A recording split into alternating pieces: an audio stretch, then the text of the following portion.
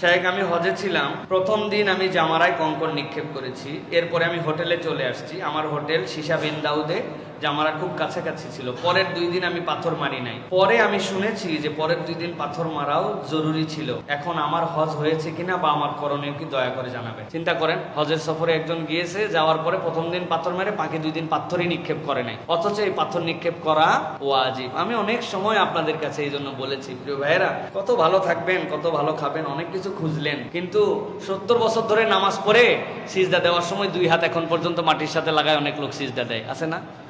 নামাজ হয়ে যাবে, কিন্তু এইটা একটা কারাহাত, এটা নামাজের কোনো সিজদাই হয় না আপনার। 70 বছর পর দেখে হুজুর বলছে, ভাই ঠিক করেন তো, হাতের উঁচু করতে হবে, আপনি মাটির সাথে লাগাইতে সিজদা দেন কি জন্য? উনি 70 বছরে কারেকশন করছে, আর এই লোক 70 বছরে হজে গেছে জীবনের প্রথম হজ করার জন্য। তাহলে কি পরিমাণ তার জ্ঞান, অথবা আলেম ওলামা, তার সাথে দায়িত্বশীল মানুষজন তার সাথে থাকা লাগবে।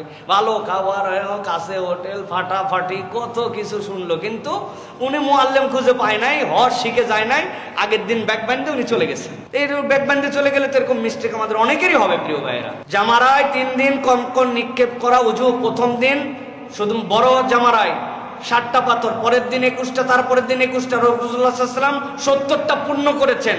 আপনি 2 দিনের ওয়াজিব তরক করে ফেলছেন, অথচ আপনি জানেন না। আপনার বিধান কি? পানিশমেন্ট কি? পানিশমেন্ট হচ্ছে হুদুদে হারামের ভিতরে এখন আপনাকে একটা দম দিতে হবে। 2 দিনের জন্য আলাদা আলাদা না, এই ওয়াজিবের সার্কেল নষ্ট হওয়ার কারণে আপনাকে একটা পশু কুরবানি করতে হবে। আপনি তো বাংলাদেশে চলে আসছেন, এখন করবেন কি? ওইখানে যিনি আছে, আপনার থাকা জরুরি না, তার কাছে খবর পাঠাবেন, উনি একটা কোনো পশু, ছাগল, ভেড়া, দুম্বা, কিছু উট, যেটা আপনার সামর্থ্যে কুলায় দিয়ে হুদুদে হারামের যে আল্লাহর কর্তৃক নির্ধারিত জায়গা আছে, ওর ভেতরে এক জায়গায় জবাই করে দিবেন। জবাই করে দিলে আপনার জন্য তাহলে এই ওয়াজিব তরকের গুনাহটা আল্লাহ রাব্বুল আলামিন ত্যাগ করায় দিবেন। আপনার হজের পূর্ণতা তখন হবে ইনশাআল্লাহ। আশা করি আপনি উত্তর পেয়েছেন।